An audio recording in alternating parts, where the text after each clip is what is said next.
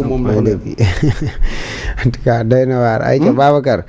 dossier bi ni mel daanaka mu nekk la nga xamante ab enquête la mais ñi ngi siy tudd nii yàgg nañ leen a tudd sax si affaire koppar nag surtout Amadou Ba parce que dafa am jaar-jaar moom ak l'actuel premier ministre si jamono ji ñuy nekk impôt et domaine tey ndax jàpp nga ne moom Amadou Ba lii nga xamante ni ñu ngi ko siy tudd muy ab enquête boo xamante ni soxal na 2019 à 2024 war na see mucc vu que yi nga xamante ni xëy na am na si digganteem yëpp ak l'actuel premier ministre Ousmane Sonko. Bon ñun nag notre position sera un peu différente parce que man déjà je suis juriste. Oui. Et je suis légaliste. man loi dama koy topp. Et en plus parlant des deniers publics mooy xaalisu askan bi. loolu ñun duñ ko caaxaane les républicains. parce que xaalisu ñëpp sànq wax naa ko fii l'impôt c'est les 18% la ñëpp a koy fay muy milliardaire muy millionnaire muy borom dërëm. ñëpp a yam ci 18% yi on dit pas que le milliardaire moom bu demee boutique lu war a am li ñu ko war a dagal impôt non dañ koy def 20% wala 30% wala le pauvre bi ñu def ko ñëpp a yam ci 18% bi. donc xaalis bi xaalisu ñëpp la. oui. donc loolu ñun duñ ci caaxaanee. maintenant les deniers publics bu la yàlla mayee nga nekk un ministre wala nga nekk koo xamante ne tu yaa nekk ci au top de la hiérarchie. vous devez faire beaucoup attention ci xaalisu askan bi. ñun nag loolu on est intransigeant sur ça muy Amadou Ba muy keneen ak keneen ak ku mënta doon xaalisu askan bi dañ koy sàmm loolu duñ ci dugg. et puis aussi loolu c'est une violation flagrante de l'article 125 du décret numéro 2011-1880 du 24 novembre 2011 violation la boo xamante ne ça porte sur le règlement général de la comptabilité publique boo nekkul un comptable tu n'as pas droit à manier l'argent public. Donc quand on entend que Amadou Ba mu ñu manuer parce que man li ma lire ci dans la presse li ma wax ni ci la presse laa ko lire. Oui. Donc la chronologie des faits donc nous donne une posture boo xamante ne on doit avoir plus de retenue. li ñu raconté ci presse bi donc ça nous donne une posture boo xamante ne on doit avoir plus de retenue parce que li ma la wax la c'est une violation de l'article 125 du décret numéro 2011 li may wax ni droit ñi xam droit ñu may déglu. une violation la. Oui. Donc deniers publics ku dul comptabilité ku dul koo xamante c'est un comptable public warul laal alalu askan bi. Donc dans la chronologie des faits on nous dit que Amadou Ba ak keneen koo xamante ne le Moustapha Diop je pense bien. Abdoulaye Daouda Diallo et un certain Diop je pense bien si je ne m'abuse pas. Donc ils ont été au fin fond des dossiers. Donc ñun loolu foofu noonu on a une posture boo xamante ne c'est prudent. Oui. On a une posture prudent et une posture boo xamante ne c'est plus de retenue parce que xaalisu askan bi la. Sénégal on parle de problème d'argent mais on peut pas imaginer que des gens se permettent de xaw ma li may xam la laa koy tuddee mais se permettre de plus de 141 milliards loolu xaalis bu bëri la. Oui. Donc loolu du caaxaan. Il faut que affaire Azer bi nu muy li ñuy insister pour mu leer. loolu la affaire bi tamit war a leer parce que c'est l'argent du contribuable. De plus forte raison une violation flagrante de l'article 125 ba may wax ni du décret numéro 2011 de tirer 1880 du 24 novembre 2011 loolu il faut que ñëpp dem vérifier ko parce que li tax may insister ci article bi ni loolu moo tax maanaam nag il faut que ñun ñu am posture républicain parce que quand tu n'es pas comptable waroo manier xaalisu askan bi tu peux être ordonnateur mais di manier xaalisu askan bi di ko dugal fii génne ko fii wax def ko nii loolu c'est extrêmement grave. Oui. Et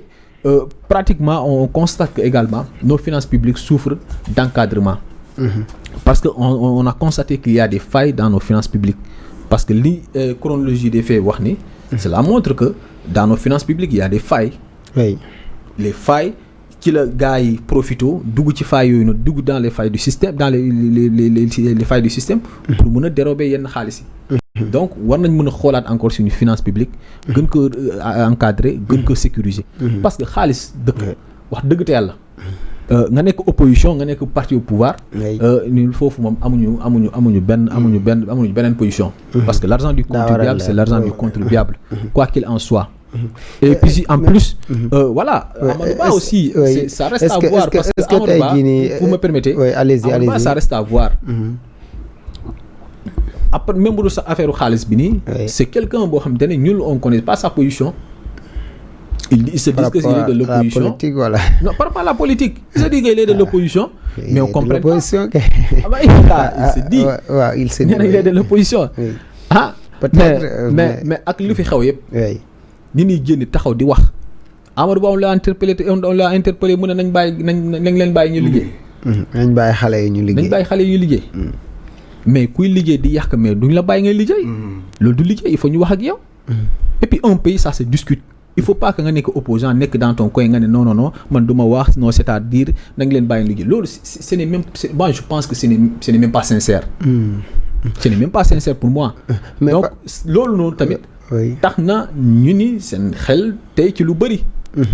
mais tey à chaque fois saa bu ñu xëyee daanaka mën nañ ne rapport yi di génn ak aussi yi nga xamante ni moo di ay révélation ñuy gis xaalis ay milliards et des milliards est-ce que tey lii dafay mën na firndeel propos yi nga xamante ni l'actuel régime bañ fiy soog a toog ñoom ñoo ko waxoon ñu ne daanaka pays bi liñ fi fekk si xaalis bëriwul xaalis bi daanaka dañ ko pàccoo su ma ko mënee waxee noonu ba xëy na li fi des sax bëreetul est-ce que tey fee yi nga xamante ni moom lañ nekk di enquête yëpp ni mënuñu comprendre tey ne moom moo taxoon ñii ne situation réew mi fi ñu ko fekk économiquement mbir mi vraiment doxul. non gis nga faits yi il faut ñu différencier les faits am na ay faits yoo xamante ne man fii laa toog ma ne c'est de l'acharnement politique. loolu dama koy assumer comme le cas de Farba Ngom man dama jàpp ne acharnement politique la parce que quelqu'un boo xamante ne il n'est pas aux manettes pour mën a luubal xaalis askan bi. mais quand on parle des ministres. yoo xamante ne tey jii nii ils ont le pouvoir de pouvoir ordonner aux gens jëlal ma xaalis bi dugal ma ko fii parce que sur la chronologie des faits relatés par l'observateur donc ñooñu noonu il faut avoir une autre position mais am na ñoo xamante ne dama jàpp ne loolu acharnement politique loolu waxi politique la naan diw jël na ñoom le cas de Farba et de Lat Diop man dama jàpp ne loolu acharnement politique la parce que ba tey nii y a pas quelque chose de ponctuel yoo xamante ne de factuel mun nañ ci jàpp ni que lii voilà lii lañ def mais kaaw ñoom Amadou Ba peut-être que loolu moo tax dem nañ bay man mii sax dem naa bay citer ay articles yoo xamante ne bu dee c'est avéré que li ngi def ni dëgg la violé nañ articles yooyu noonu donc moo tax ma ne la y a une différenciation entre ces deux cas maintenant le pouvoir il va politiquer la chose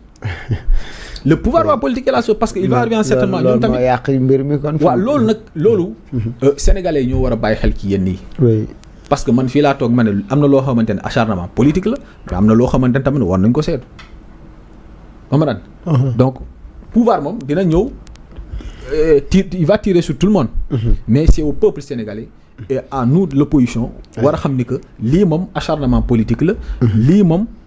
lii war nañ ko mën a xoolaat bu baax parce que nekkul li tamit ñun nekkuñ ci position boobu que ànd nag yow yaa ngi opposition wala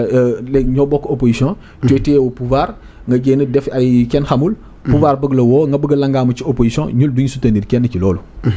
bu dee nag tooñ nañ la on va vous soutenir sans sax ñu xam la parce que man Farba xamuma ko Lat Diop xamuma ko on va vous soutenir mais bu dee nag tamit def nga loo xamante ne lu ne fàng nous préférons que nga dem wuy justice parce que demee notre parole va compter lépp loo xamante ne wax nañ ko fii je pense que li may bañ li gars yi def le premier ministre ay VAR du ñu dal donc loolu war nañ ko bàyyi xel